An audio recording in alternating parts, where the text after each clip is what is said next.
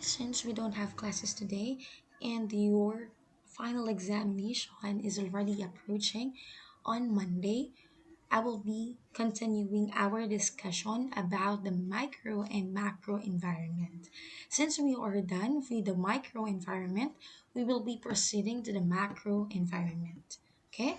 Since you said that macro is a bigger than the micro, because it is the general environment within the economy that influences the working, performance, decision making, and strategy of all business groups at the same time. Therefore, if the study of micro or macro environment is also known as the Pestle analysis. Okay, sometimes it is called Pestle, and now it's also Pestle. Before it is just Pest, P-E-S-T. Okay, Pestle stands for the variables that exist in the environment. What are those? P stands for political, next economic, next socio-cultural or social, next technological, L legal, and E environmental. These variables consider both economic and non-economic factors like social concerns, government policies, family structure, population size, inflation, GDP aspects, income distribution, ethnic mix, political stability, taxes and duties, etc. Since we also looking for and understanding the customers, the firm, the suppliers that we have discussed in the micro environment, we will now proceed to the macro environment, the bigger one, which also contributes or also we also think of it as the political, economic, social, technological, legal, and environmental. Bakit natin sila kailangan alamin? Okay, we will know it more in the next slides. Okay, next we will now have the comparison chart. We will be um, comparing macro and the micro. Okay, for the basis for comparison for the meaning of micro environment, macro environment is defined as the nearby environment under which the firm operates. In the macro environment refers to the general environment that can affect the working of all business enterprises. Like we have discussed before, the firm is under micro environment. Okay, what are those? Again, the customers, the suppliers, the market, intermediaries. What else? The firm, the customers. Okay, so in here, we are talking about the macro it is the general environment. If it is general, it means malawak ang saklaw, malawak, malaki. It means all business enterprises. Okay? Ano yung elements under the micro environment? Pumapasok po dito si cosmic. Sino-sino ang cosmic? The competitors, the organization itself, the suppliers, market, intermediaries, and customers. Okay? So, dito po, nalalaman nyo na kung ano ang micro at ang macro. Pag micro, ang lagi nyo lang tatandaan si cosmic. Competitors, organization, suppliers, market, intermediaries, and customers. If we are looking for the macro environment, we will be having the pestle. Okay? Political, economic, social, cultural or social, technological, legal, and environmental. Nature of elements for the specific and macro is for the general. Diba pag sinabi ko natin general, malawak, mas malaki. Pag specific, mostly, dun lang nakatuon. That is directly. That's why, sabi natin, ang micro ay may direct contact. Tama? And this, are these factors controllable in a microenvironment? Yes, but to some extent only. It means only sometimes. Okay po? Sometimes po, nakokontrol natin sila. However, in the macro environment, you cannot control them. Why? Can you control the law? No. Can you control the inflation rates? No. Can you control the population growth? No. Okay? Next, for the influence, gaya po na sinabi natin, directly and regularly may direct contact, and indirectly and distantly for the macro environment. Okay po? Next, for our Pestle analysis, we have the political, economic, social, technological, legal, and environmental. Okay? So, ano-ano po ba sila? Okay, ito po ang Pestle analysis. For the Pestle analysis or the Pestle analysis, it is formally known as the Pestle analysis as what I said earlier, right? Ano ang tatandaan natin kay Pestle analysis? It is a framework or tool used to analysis and monitor the macro environmental factors that have a profound impact on an organization's performance. This tool is especially useful when starting a new business or entering a foreign market. It is often used in collaboration with other analytical business tools such as the SWOT analysis and the Porter's Five Forces to give a clear understanding of a situation and related internal and external factors. Okay. So, tatandaan lang natin, pagka pestle or pestle analysis is the analysis and the monitor the macro environmental factors. Again, pag po micro, it is the cosmic. Pag po macro, it is the pestle analysis. Okay? Ano po ba ang pestle analysis? We will be having the political factors. Ito po ay na-discuss ko na last time na tayo ay nagkaroon din na video lesson. I already discussed the pestle analysis, okay? The political factors, these factors are all about how and to what degree a government intervenes in the economy or a certain industry. Basically, all the influences that the government has on your business could be classified here. This can include the government policy, the political stability or instability, the corruption, foreign trade policy, tax policy, labor law, environmental law, and the trade restrictions. Pumapasok po dito yung mga taxes. Okay? Yung mga corruption, the government policies, po, yung mga trade for the import and the export of products. Okay po. And for the economic factors are determinants of a certain economy's performance. Factors include economic growth, exchange rates, inflation rates, interest rates, disposable income of consumers, and unemployment rates. Okay, sa economic factors po, ang pagtaas ng presyo pumapasok po sa economic factor. Exchange rates for the dollars also. Okay, for the unemployment rates. Okay? Kasama rin po yung mga unemployed, 'di ba? Nabanggit ko na po ito sa video lesson natin. Okay. Kailangan, pag dumadami ang population natin, that mas dumadami rin ang employees natin. Because mas marami tayo binibigyan ng serbisyo and mas maraming products ang pwedeng mabili. Okay po? For our social factors, this dimension of the general environment represents the demographic characteristics, norms, customs, and values of the population within the which the organization operates. This includes population trends such as the population growth rate, age distribution, income distribution, career attitudes, safety emphases, health consciousness, lifestyle attitudes, and cultural barriers.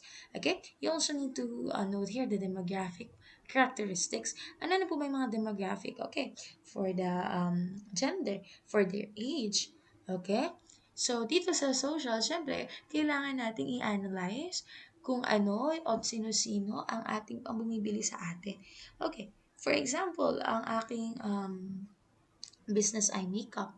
Pwede po bang bumili ang LGBT sa akin or the mostly the gay ones? Yes, they can. Okay? It means my product is not just for girls. Okay? Even the LGBTQ plus can buy it. Okay? And also for the age distribution, syempre, kailangan kung yung product mo ba ay for 18 years old and above, or pwede po ba yun sa mga babies and adults? Okay, so you should analyze it also. Okay, next for the technological factors, these factors pertain to innovations in technology that may affect the operations of the industry and the market favorably or unfavorably. This refers to technology incentives, the level of innovation, automation research and development, R&D activity, technological change, and the amount of technological awareness that the market possesses. Okay. In our um, modernized society, gumagamit po ba tayo ng technologies ngayon? Yes. Are we using modernized technologies? Yes. Example, Jollibee. Ano na ang ginagawa ng Jollibee ngayon? Less lesser what? Employees. Why? They are using technologies now. Ano yung mga ginagamit ng technologies? Di ba po, ngayon pag umorder na tayo, may monitor na, tayo na ang pumipili ng ating orders. And also, they will just give you a slip or a small paper. In there, nandun na po yung number ninyo. And then, if your order is already nasa counter, ano ang gagawin ninyo? Pupuntahan nyo na. Kayo na ang kukuha. It's like a self-service na. That's why, in here, medyo nababawasan man ng employees na nabibigyan ng trabaho. But then we are already in the modernized society wherein technologies are always present. Okay? So we should also innovate. Next, for our environmental factors. Environmental factors have come to the forefront only relatively recently. They have become important due to the increasing scarcity of raw materials, pollution targets, and carbon footprint targets set by governments. These factors include the ecological environmental aspects such as the weather, climate, environmental offsets, and climate change, which may especially affect industries such as tourism, farming, agriculture, and insurance. Okay, for the environmental factors. Okay, huwag tayong lumayo sa example. For example, nagkaroon ng bagyo. Sino-sino ang naapektuhan dito? Mostly yung ating mga farmers. 'Di ba? Ano ang naapektuhan? Yung pagtatanim nila, 'di ba? Mas nagmamahal ang mga gulay. Okay, nahihirapan silang dahil po minsan yung mga pananim nila ay nasisira na. Okay, naapektuhan rin sila kapag sobrang tag-init, natutuyo. Okay po. So, kailangan din po natin ina-analyze ang ating environmental factors. Okay, the climate change, the weather. Okay po. And lastly, for the legal factors, although these factors may have some overlap with the political factors, they include more specific laws such as discrimination laws, antitrust laws, employment laws, consumer protection laws, copyright and patent laws, and health and safety laws.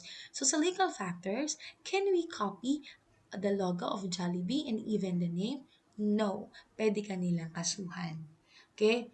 Kailangan din po natin na panapahalagahan ng ating mga customers dahil sila ay under consumer protection laws. And also, kailangan hindi ka rin namamahiya ng ating mga employees. Hindi ka rin dapat namamahiya ng mga customers. Okay? They can be under discrimination laws and also can be employment laws. Okay? So, it means ito yung mga batas. That's why you cannot control it. Okay? Ito na po, nagtatapos ang ating lesson 5, the macro and the macro environment. Okay, for the continuation, I will be discussing the lesson 5.1, which is the marketing research. Okay, thank you so much. Okay, just wait and then it will be lesson 5.1 after this one. Now we will be proceeding for our lesson 5.1, which is the marketing research. Okay? So for our marketing research, define marketing research. It's important to business enterprise and identify the steps in marketing research. Okay? So let's establish the purpose of the lesson. Okay? You need to imagine what is the statement portraying. Okay? Charlotte, a mother of two, wanted to put up her dress shop business. She was wondering how she can be able to market her shop to a wide market. Her son, Charles, who is in grade 11, told his mother about marketing class the other day. They discussed marketing research. Okay? Charles suggested that Charlotte try doing a survey on the Saint Twin market. Charles said that it is important for Charlotte to understand the market, so he gave the following questions for Charlotte's survey. Okay, ito yung mga survey questionnaires na binigay kay Charlotte. Okay,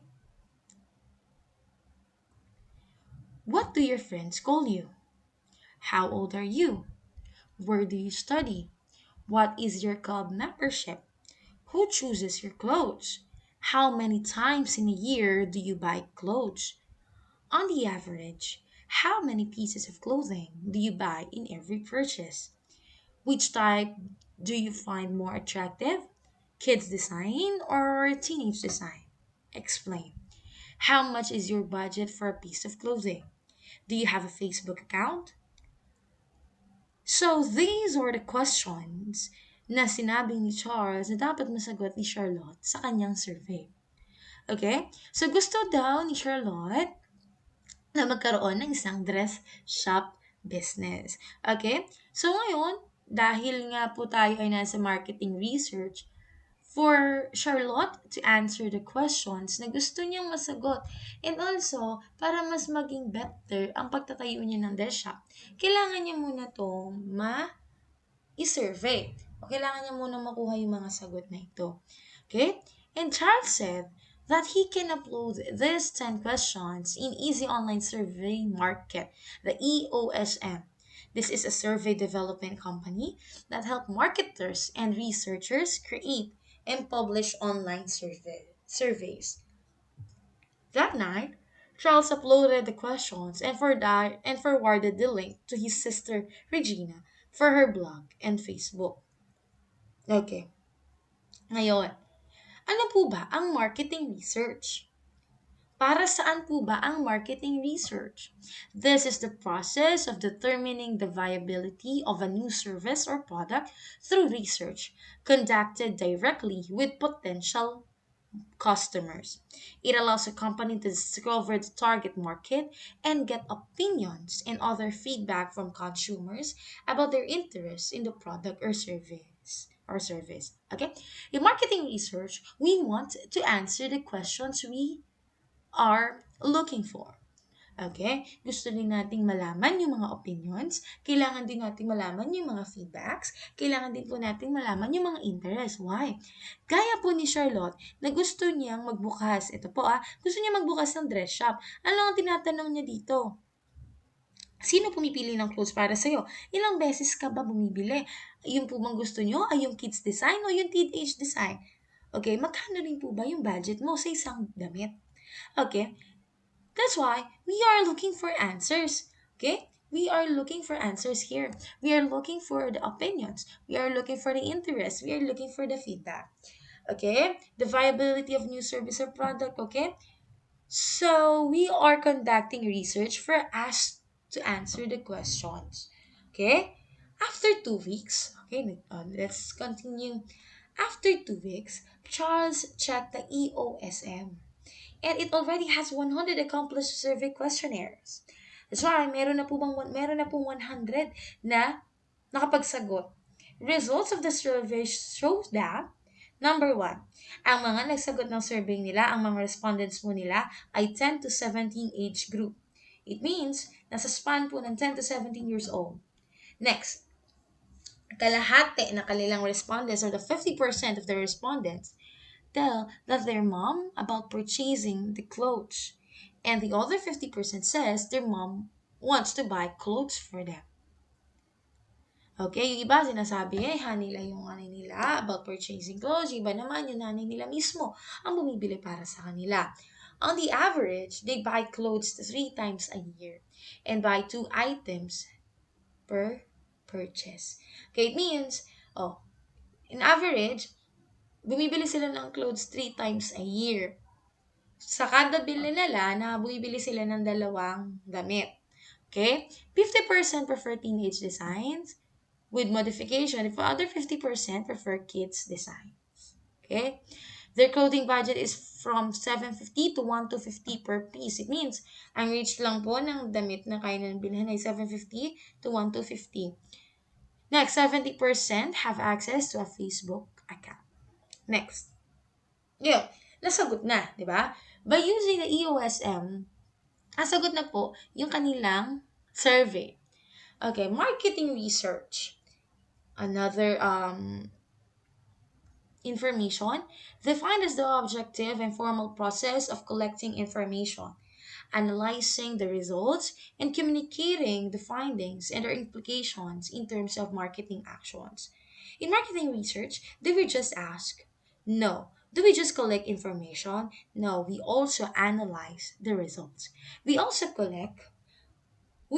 ask questions, but then again, if we already have our results, we are also analyzing the results. Okay?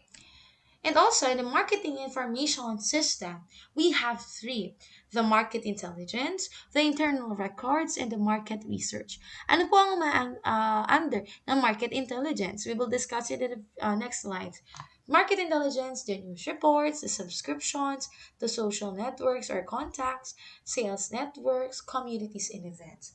In the internal records, the sales histories, the customer information, the sales call reports, the sales forecast, and the market research, the primary data gathering, and the secondary data gathering. Okay, we will explain it later.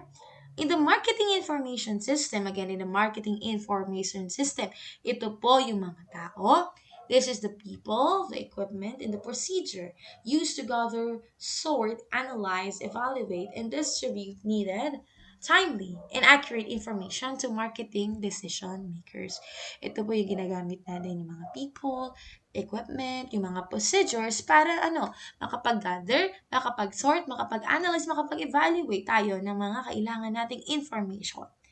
Okay po. So, this is the marketing information system. Okay, ito na po yung tatlo. We have the internal records. Under marketing information system, we have the internal records. This refers to the documents in the company's order to payment cycles, such as the invoices, shipping orders, etc. Like we have discussed earlier, the internal records, pasok po dito yung customer information sa ating mga invoice, sa ating mga shipping. Okay? Anong kinukuha sa atin? Yung ating pangalan, yung ating contact number, yung ating address. Why? The invoice, right? Nandun yung ating address.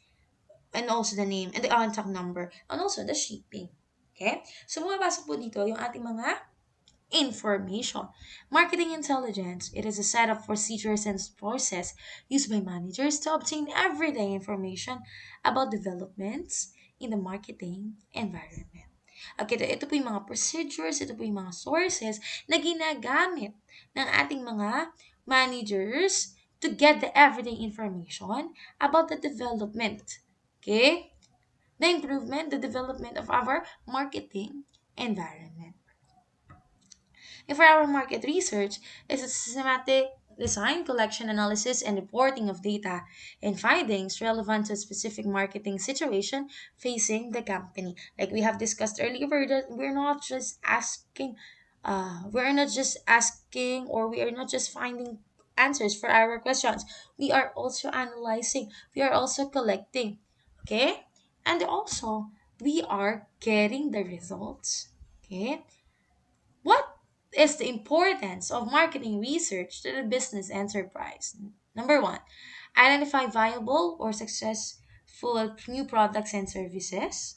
Siyempre, gusto natin karoon ng new products and services. That's why we are having marketing research. Next, enable risk reduction. Next, identify market opportunities and threats. We also looking for opportunities and threats, right? That for us to be ready, for us to be prepared. And number four, determine the level of customer satisfaction. Kailangan din po natin malaman ang kanilang mga feedbacks and opinions. Next, anticipate market trends or changes. Siyempre, hindi naman tayo ay nasa 2024 ngayon at ang ating mga binibentang mga damit ay nasa panahon pa ni Mahoma, 'di ba? Yung tipong 1920 pa yung trending, yung trends mo ngayon o yung changes mo ngayon, no. You need to be what? Fit your products based sa panahon natin ngayon. Okay? Decide on the best advertising medium. Siyempre, dapat makabago na rin ang ating mga advertisement. Diba? Meron na po tayong mga billboards ngayon. Ano po ba yung mga um, attract sa ating mga customers? Next, undertake location studies. Next, pre-test and post-test advertising and promotional campaigns. Siyempre, yung ating advertisement and campaigns. Next, evaluate the results of test marketing. Evaluate the results of packaging, brand name, and label testing. Determine consumer price awareness and sensitivity.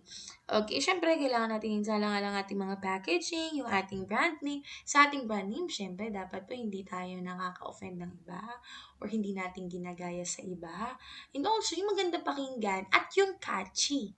Okay po, sa ating packaging, kailangan din po nating alamin yan kung ano yung mas magandang packaging para sa ating product. Dapat hindi yung katulad pambalot ng tinapa na lukot-lukot, di ba? Nakaka-apekto rin po kasi yun sa ating produkto. Next, marketing research process. We have to establish the need for marketing research. We need to research a costly, lengthy, and tedious process that may become worthless if results are not delivered to the decision maker on time. Before we proceed to the marketing research process, we need to research the costly, yung mga mamahalin, yung mga haba, mga proseso para malaman natin at maiwasan natin yun. Kasi mahirap na yung tipong masisimula natin yung worthless naman po pala sa huli. Dapat alamin natin yung mga tipong makakapagpakasaya lang sa ating panahon. Dapat po yung tipong sa marketing research natin, it's worth it. Right? Number two, you also need to define the problems. The problems or opportunity that must be defined in precision. That's why we are looking for answers because we want to answer the problem. First, before you answer the problem, you also need to define the problem. Next, establish the research objectives. The research objectives should be clear, specific, detailed, and concise. Di po dapat ang objectives natin ay paligoy-ligoy pa. It should be on point. Right? Next, to determine the research design, the major types of marketing research design is the observational method and the experimental method. Observational method, okay, mostly sa nature, sa ating kapaligiran. We are just observing. And in experimental method, okay po, sa experimental method po natin, we have variables. And then we are controlling them. Why? We can be giving them equipment. We can give them some things for us to see the changes. That is the experimental method. Okay po. For our major types of marketing research, we have the qualitative and the quantitative. Qualitative is for the characteristics. The quantitative is for numbers. Next, identifying the information types and sources. Decide whether it's a sample survey or census. The basic types of information, the primary information, and the secondary information. Mostly the primary information, ito po yung mostly yung ating mga nai-interview. Okay? The secondary information, ito po yung ating mga nare-research online. Okay?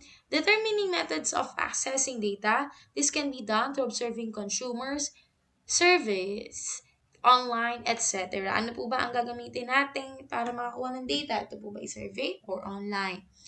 And also, for our data collection forms, ano po ang gagamitin nating form para makapag-collect? Ito po ba ay questionnaire or ito po ba ay observation form? Ano po ba yung sa questionnaire? It can be categorical response or dual or multiple choice. Meron din po tayong open-ended, metric questions. Okay, yung open-ended, ito po ay qualitative. Okay po? So, determining sample plan and size, do census, get a sample size, sampling methodology, non-probability, or probability. You can also get the sample size only. Example, ang gusto mong, ang population ay, for example, buong senior high school. For example lang ha po, less than 2,000. So, for your sample size, kuha lang po kayo kung ilan lang po yung inyong bibigyan ng inyong questionnaire. So, ilan lang po yung i-interview ninyo. Okay? Hindi po yung buong 2,000. Okay? And lastly, we have the collecting data, analyzing data, and preparing and presenting the final report. We already have the questionnaires. We already have the questions for our interviews. We need to collect it. We need to analyze their answers. And also, we need to prepare and present the final report. Okay? Doon nyo na makikita, pag pinagsama-sama nyo yung sagot, ano ba yung mga sagot? Is our lesson 5.1. And now you're going to screenshot your answer and a picture na kayo po ay nanonood ng ating video lesson. Okay? And kindly send it in our group chat. Thank you and have a nice day, everyone.